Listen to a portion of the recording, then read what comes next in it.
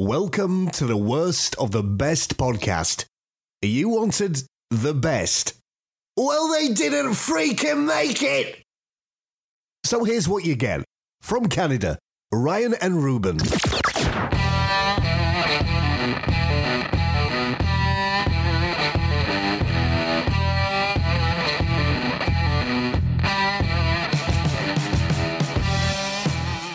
All right. Welcome to the worst of the best podcast. I am your host, Ryan, and with me today and always is my handsome youngest brother, Ruban. And with me is my handsome youngest brother, Ryan. It's a pleasure to be here. We're recording this at the tail end of 2019, but I will say this will be released in the new year of 2020. So happy New Year to you and your family.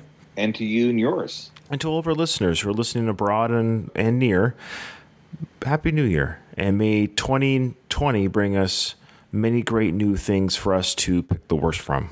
Awesome. What do we have the best of today? Well, that's right. So if you're a first-time listener of our show, Ruben and I, again, we don't create these lists. We just take lists that are created for us by various departments of the internet. We decide what is the worst of that list, because no matter what list is created, no matter what categorically list is created, nor how it's created, there's always something that's the worst. And it's not always number 10.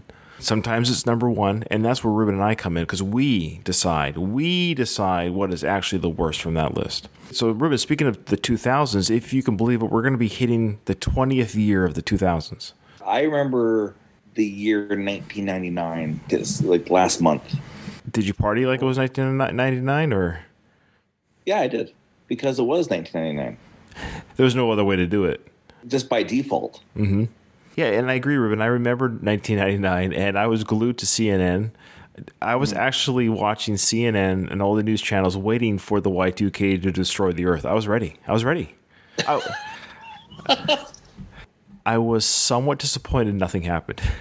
Yeah, well, I hear you. Kim Jong-un said that he was going to have a Christmas gift for the U.S. Yeah. You know, if you caught that recently. Yeah, I did actually. I did hear that there was supposed to be some sort of threat on Christmas Day, or maybe the gift could have been a nuclear bomb. Part of me was kind of like, okay, well, let's, poop or get off the pot. Enough of this talk. Yeah. He's such a tease. He is such a nuke tease. Our list today, Ruben, what we'll be breaking down is 10 historic predictions of life in the 2000s. So from various magazines and people from the past, of course, they envisioned what the 2000s might be like. We all like to try and guess what the future will look like. It's human nature to dream of the future, after all. So it shouldn't be surprising that throughout the 20th century, people were already looking into the 2000s and dreaming of what life would be like in the next millennium. So, Ruben, we've collected 10 of the most interesting and some are funny predictions of what modern life would look like. So you and I should be experiencing some of these things. So sometimes they were surprisingly close to the mark, even scarily so, but however, most of the time they were quite wrong. Just wait for the train to pass. You can probably hear it. Can you hear the train? Oh, really? Okay. Ruben, why don't you start with number 10? In the 1950s, a group of experts took to the papers to tell people what life would be like in the year 2000. Some of their guesses were surprisingly accurate, such as the rise of the U.S. as the world's dominant power, which is kind of waning, and the creation of the International Space Station. Wow. On the subject of women, though, they missed the mark somewhat. According to them, the woman of the year 2000 would be 6 feet tall and wear a size 11 shoe. There are some women who do that. Yeah, but this was 1950s, keep in mind. Wasn't there any women then? Maybe they were smaller in stature back then. So they were saying that the majority of women in the 2000s would be 6 feet tall and wear size 11 shoes with shoulders like a wrestler and muscles like a truck driver. Wow. When have you seen a muscular truck driver? Never referenced. You should see the muscles on that guy. He was like a truck driver. No, to be fair, they said muscles like a truck driver. So they're just picturing a lot of tall, broad, fat A truck driving woman. Yeah. They also predicted that she would be doing the same work as men. She would naturally have to conform to the same standards. Some of that's kind of true. There's obviously been a shift since the 50s, in the past 70 years. Yeah. She would have short cropped hair and wear practical clothing. There's definitely a group of women that do that. Are you saying there's not a group of women that have short cropped hair and wear practical men-like clothing? There definitely is. Oh, there is. Sorry. Yeah, there is. It can be mistaken for a truck driver. I don't know about that part. I don't know. All right. What else do they have to say about this? Well, because science, Ryan, would have perfected the balanced ration of vitamins, proteins, and minerals by the year 2000, her proportions would be perfect, though Amazonian. Which, by the way, they're very short people. Anyways, she would play the same sports that men do and would probably compete against them in football, baseball, and wrestling, which happened with Andy Kaufman. He competed against women in wrestling. Oh, yeah, that's right. He did. This one's the most shocking of all. They even thought she might be presidential material.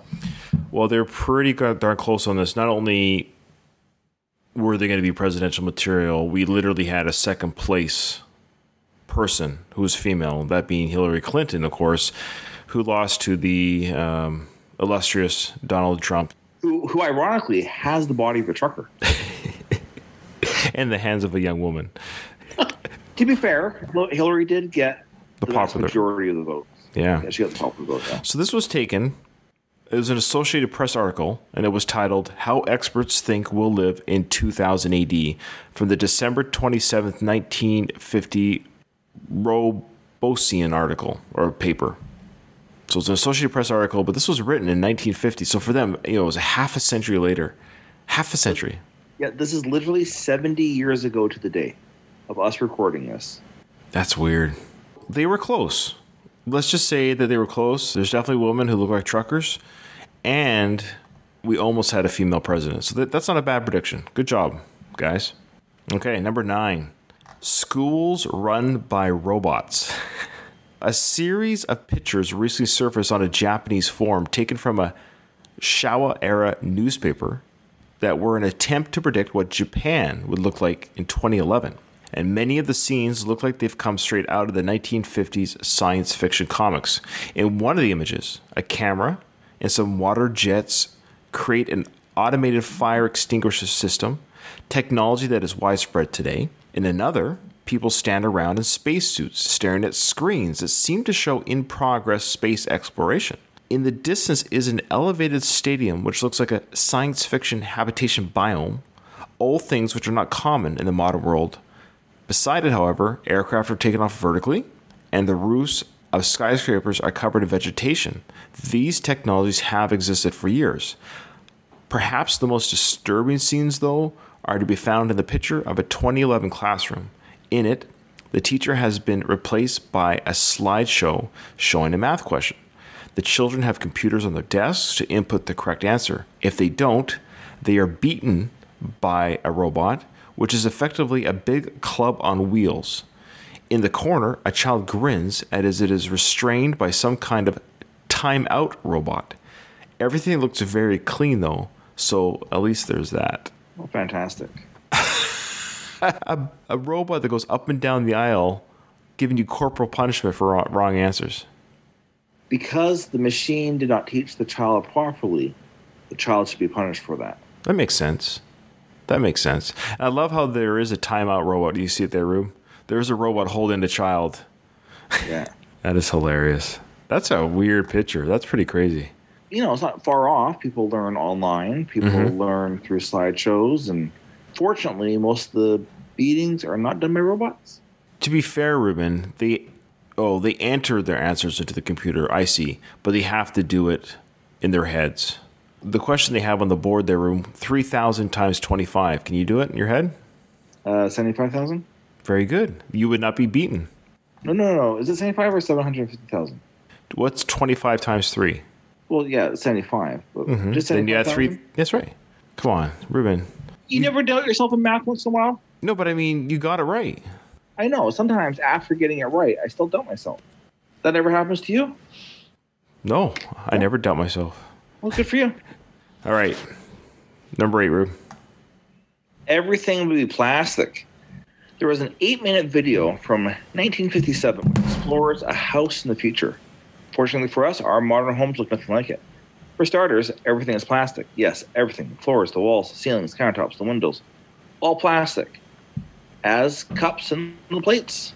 In the kitchen, the dishes are cleaned by a retractable dishwasher, which uses ultrasonic waves while doubling as storage space.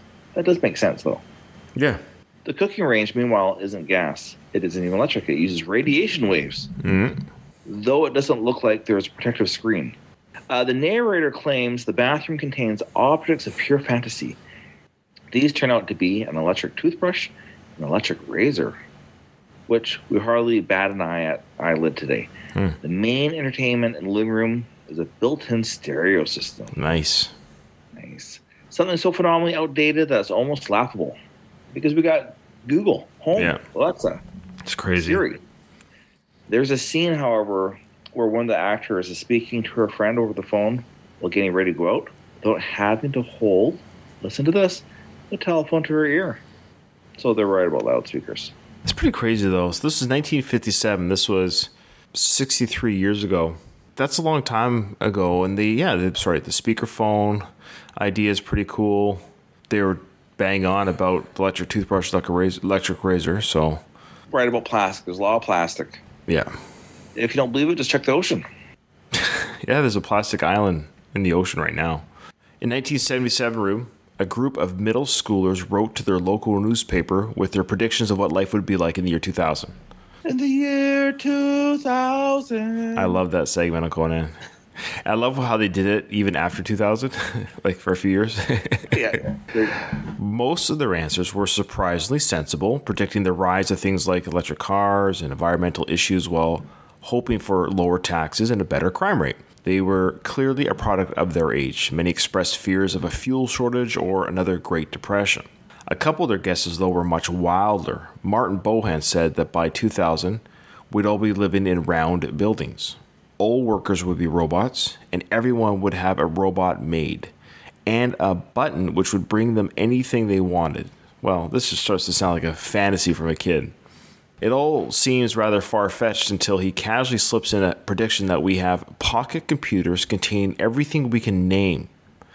With the rise of smartphones in 2007, he seems to have guessed that one perfectly. If you were to ask me this question now, I was born in 75, and let's say you asked me this question in 1985. Hey, Ryan, what will the future be like? I don't think I ever would have come up with a pocket computer as an idea. I would have thought of the pocket computer when I had my first cell phone. There you go. Even though I used to have a Palm Pilot. Right. Yeah, I remember the Palm Pilots. Yeah. They seemed to phase out before smartphones even became a thing. Right. Yeah. Palm Pilots, they were basically, they tapped into the internet a little bit, but they were slow and... Well, they were on to something, though. They were so close. I had one. I loved it. John Vicioni thought that the year 2000 would look much better than 1977, predicting that the pollution problem would be solved and that cars would float on air. He himself would have a job designing modern houses run entirely by solar power, with furniture that folded out of the walls and button-operated controls. Now, some of this is true. Murphy beds? Mm-hmm. The furniture coming out of walls. Japan is big on this because they're so limited in space. They literally pull out the kitchen table and they put it away and things like that. Yeah, tiny homes. I've seen that. Mm-hmm. Or New York City apartments. And solar power run homes, people do have that. It's not common, sure. But our brother does. Yes. Is it fully solar powered? No. That's not too bad, John Vicioni from 1977. But there's more. There's more. Number 6, Rube. There would be flying firemen and robot maids. More of those robot maids. Hey, a man can dream. Between 1899 and 1910, a series of French artists produced a series of pictures showing what they thought life would be like in the year 2000. Some which were displayed at the World Exhibition in Paris. The idea was to predict what the 20th century would bring. None of them predicted the horrors of the First and Second World Wars, the rise of communism, but they did predict that automation would become a big issue. just not in the way they thought it would. From the pictures, they clearly saw the robots of the future taking the place of the domestic staff. Domestic staff, Ryan.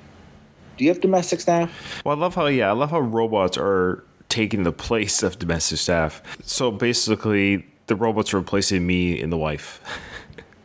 Yeah. I put away leftovers just a few moments ago. Anyways, the domestic staff they saw in the homes of the upper classes of their day. In one image, a robot cuts customers' hair in a barbershop, while another made pilots a cleaning robot with a stick and a wire. Would you ever have a robot, even with today's technology, cut your hair? What about the suck cut? The vacuum cut? That's just terrible. Yeah. What about the Roomba? Does the Roomba work? It's just like an electric carpet sweeper. I had to move chairs out of the way to vacuum crumbs off the floor. There's no way that circular thing can get into those nooks and crannies. Am I wrong? I'm sure in some homes it will do an okay job. I was reading on a friend's post recently that, hey, should I get a Roomba? And there was more complaints than praise. Okay. The dream is there that this has got to stop. Me sweeping my home has to stop. A robot has to do it. So, I don't know. As time goes on, maybe it'll get better. Maybe. I'll just vacuum by hand. It's fine. Every science fiction fan likes to dream of flying, though. These artists were no exceptions. Another image shows an aerocabs port, where some well-dressed Victorian people are boarding a flying taxi, which looks like a yellow train with big wings stuck on the side. Sorry, it sounds like the Fifth Element movie. Yeah. A flying car complete with a propeller. They also talked about flying firemen, which is weird. I guess it'd be handy to get to tall buildings that are on fire, maybe? Sure, yeah. Because they use ladders, so it's fair. What they didn't predict was flying firefighters. They're non-gender specific. Exactly. Remember the first thing? That woman would be doing a man's job, quote unquote. That's right. Well, that's why we say firefighters now, because they're not just all men.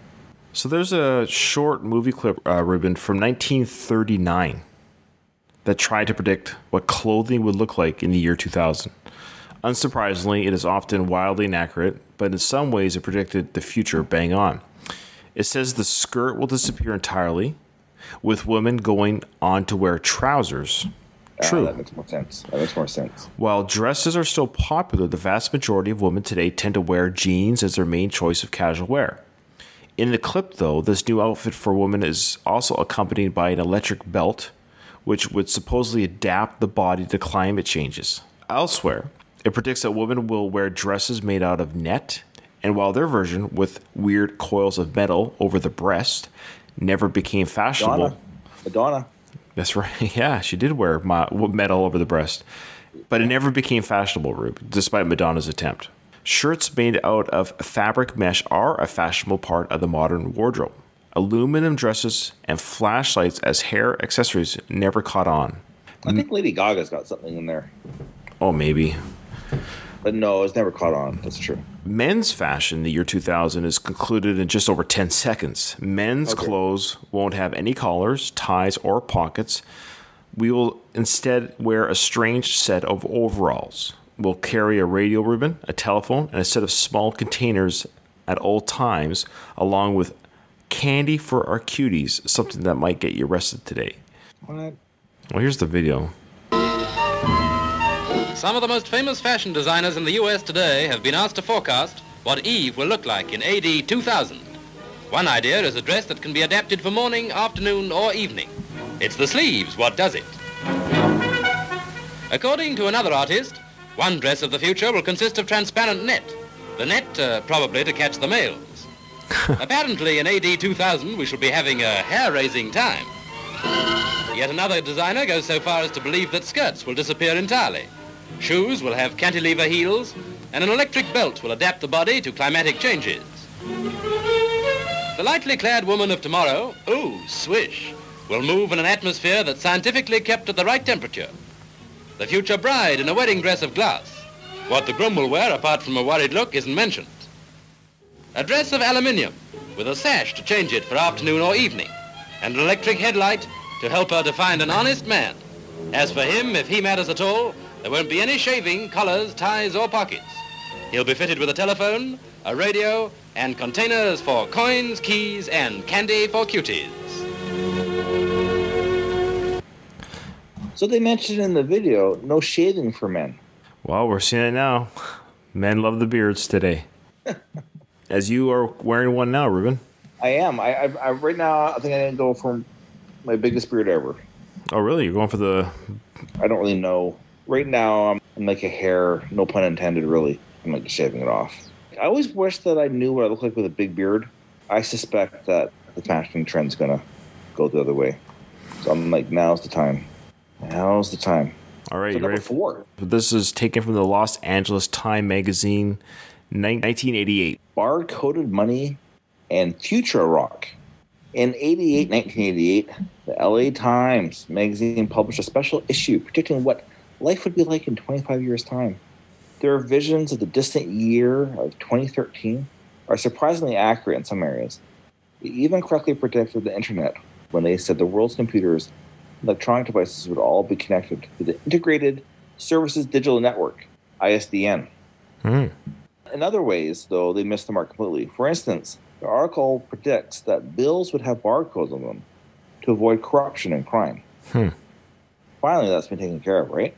Yeah, crime. There's no more crime. The city of LA would have to make businesses stagger their working times to cut down traffic. Yeah, that kind of makes sense. Interesting. That's not practical. They probably didn't even... practical 25 years ago. It's not practical now. No. Yeah. Elon Musk, though, is working on that. I hope he can do it for LA's sake. Oh, yeah, just Elon. All hail Elon. And no, most of us haven't replaced our pets with robotic versions, and robot butlers still are not a thing. Remember Rosie the butler? Yeah, Rosie on the Jetsons. Even though they've been predicted by science fans for decades. Most of these predictions have involved some sort of robot help. I like how people aren't dreaming of having enough money that they don't have to have it made, but just not to have a person there, just something doing it. Right. Yeah. And there's because nobody wants to interact with people. I do have an idea. Since we don't have the technology to get robot help, we could just find a lesser status human and get them to do the work for us. I'm not sure how that could be possible. I'm thinking outside the box here. I know, but there might be a way to usurp the freedom of people and make them work for us for a low, if barely any kind of wage. Nobody in America would ever dream of doing that. That's true. You're right. Back to the Future 2 was plausible, Rube. Which parts? Well, this one's a little different. In 2014, Business Insider asked people over the age of 40 what they used to think the future would look like when they were young. The conclusion, most people thought that the 2000s would look a lot more like Back to the Future Part 2 than it actually does. One respondent wrote that when the film first came out, it seemed like a fairly reasonable, if slightly optimistic view of what life would be like in the 2000s. They genuinely thought that by now we would have discovered a way to feed ourselves with just nutritional pills, and that again, flying cars and fusion power would be a common sight. Another user said they thought that hoverboards in the film would certainly exist today as a toy. They had expected jetpacks to exist as a form of transportation. It seems rather funny to us, but when you consider that the film was released a quarter of a century ago, it's reasonable for someone then to assume that we would have a manned base on the moon by now, or that we'd all be riding in self-driving cars. After all, wouldn't we in the present expect those things to exist 25 years from now? Sure. So self-driving car is kind of happening. Very soon. I mean, they've tested that Google car, right? Oh, sure, yeah. Well, our cousin's husband is lawyer for Uber over their autonomous semi-rigs. Lobbying for that. They think that in 10 years, that's what will be happening. Would you get into a driverless car? Yeah, dude. I almost died today in a car accident. The skin of my teeth, I tell you. I was just going around a corner down by Woody's Lagoon there, those windy roads. Yeah. Another car in oncoming traffic was going so fast that their vehicle, as they went around the corner, it skipped towards me, losing its traction. Oh, right. And I was like, oh, here we go. I'm about to die. Oh, no. That's crazy. Yeah. Yeah, the self-driving car, the way it works, nobody's allowed to break the law. You're not allowed to. Like, it won't let you speed. It won't let you. It's aware of the rules of the road. It won't let you tailgate. Yeah. My girls in the band are like, I'm 5. I'm too young to die. I'm 9. I got stuff I need to do. Oh, they're more ambitious than I was at 9. All right. Number 2, Rube. Cities suspended by balloons. When was this thought of? Well, a report in the UK's Office for Science, prepared for the British government, has recently revealed what people in the past thought of cities would now look like.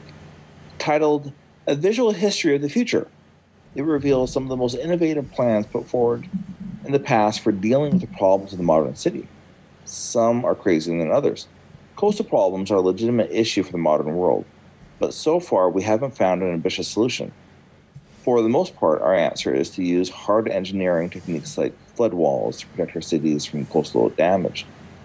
In the past, much more ambitious ideas were put forward, such as this plan for the so-called Sky City. In this plan, chosen communities would be hoisted into the air with huge helium balloons to protect them from damage. So stupid. These contraptions would make use for cloud skippers, which would float on the jet stream, allowing them to be maintained in the air with minimal resources. The idea was a competition entry designed for a housing solution to be used in the aftermath of a coastal disaster. I guess the advantage, if you're actually able to live above the ground, some of the advantages would be weather control. You could actually get the city above the rain. You could not be injured in a earthquake, tornado, tsunami, forest fires. So there is some advantage to have yourself elevated off the ground at some degree or another. Interesting, but I don't know how you could ever create anything strong enough to lift a city. Yeah. That's a lot of helium. It's very flammable. Even Webster was unrealistic. Remember Webster? Well, yeah, what did he say? Webster, the little boy in the 80s TV show. In the beginning of the show, he held on balloons and he started floating away. Oh, did he? I forgot about that. Okay. All right, last one, number 1. Multi-level traffic. Okay. So another unusual solution from the same report was drawn up by Colin Buchanan in 63. Yeah, so this was the 60s for number 2 and number 1 here. At the same time, car ownership was growing in the UK and was only expected to grow quicker. So the Ministry of Transport was worried about the effect this would have on roads. So they began thinking of potential solutions. They came up with a plan that would fundamentally alter the look of cities in the UK. Alongside more conventional solutions such as using speed bumps to encourage slower driving, they came up with a plan to separate pedestrian and vehicle traffic by building raised walkways for pedestrians. Multi-level traffic would allow the city to handle a much higher volume of traffic without having to tackle high levels of congestion or using too much space. The sheer cost of building these new concrete tiers probably meant the plan was never truly possible, but it's an interesting vision of what the UK cities could have looked like. It would almost certainly would have improved things too, unless you were a cyclist. I'm looking at the picture here that was drawn in the 60s. So they basically have people walking in this way, cars driving on the bottom. They kind of have this, and obviously they have this idea in cities. Yeah. This is not every city everywhere. Right. But the idea is yes, you have traffic flow pedestrians not stopping the traffic flow of the cars. Yeah, so you want the pedestrians walking above the traffic. And you want the cars to not have to stop for the pedestrians and so forth. And that's where the cyclists don't come in, because where do they go? Yeah. Okay, Ruben, so basically for our worst pick, I guess the criteria would be, it hasn't happened yet with these predictions. So which one do you think is likely to A, never happen, or be the furthest away from happening? It obviously won't be a computer in your pocket. We have computers in our pockets, so that's can't be the worst. Do you want me to say mine now? Yeah, I have mine. Okay. Say yours. Well, I feel like I'm going to get the title a little bit wrong. So my pick is that fashion would be scientifically practical. Huh. Really? To me, this is the worst one. Why? Well, because, sure, some of them are pretty dumb, like a floating city. Sometimes we'll have, pockets because it's practical to have a pocket. Or women's fashion, they have no pockets because it's not fashionable. There's never going to be a point unless there's some dire need, like military or survival. Will fashion ever be practical? That's the whole basis of those, tribes with the neck rings, elongating their necks. or putting bones through their lips. Right, You know what I but mean? yeah, I just think I hear you. I think fashion will become scientifically practical before we have floating cities. Okay, sure. That's why I think it's floating cities is my worst pick, because I think it's the one to least likely happen, or if it ever does happen, that we actually elevate people off the Earth but not in space. At this time, people will be wearing practical outfits, like Star Trek type thing. It serves a function. It's almost like a work dress, but it doesn't matter what you're wearing. No one's going to laugh at you for wearing those coveralls with pockets and a telephone and candies for cuties. Hey, how dare you say such thing about candy for cuties? I get it, but I don't know. Just the idea that the way humans are would change in 20 years to me is redonkulous. No, you're right. Yeah, but I'm just saying that the worst pick for me is whatever is going to take the longest to get there, if at all. I agree. I agree with you. Don't underestimate the vanity of humans. All right. Well, with that, I look forward to 2020 and 20 and 20 and 20 years after that. It'll be interesting to see where we are 60 years from now ourselves. Wow. I'll be dead. I will be dead. So for our maybe someone will be listening to this podcast to get an idea of what people thought of the future. Wouldn't it be amazing if somebody actually listened to our podcast and did the worst of our best picks? That would be. So to them, we thank you. And to all our listeners, future, past, and present, thank you for listening. Don't forget to review us on iTunes or any of your podcast listening devices where reviews are possible. Like us on Facebook, like us on Twitter. Thanks for listening. Remember, in front of every silver lining, there is a cloud, and we're here to help you find it. Have a good night. All right, thank you for listening, everybody, and I do apologize for the demonic sounding ending to my voice at the end of this episode. So, yeah, that's all it was. It was an audio error. Hopefully you didn't jump ship and get scared. Thanks for listening. You guys are the best. For the few listeners that listen, we love you. Thanks, everybody. Have a good day.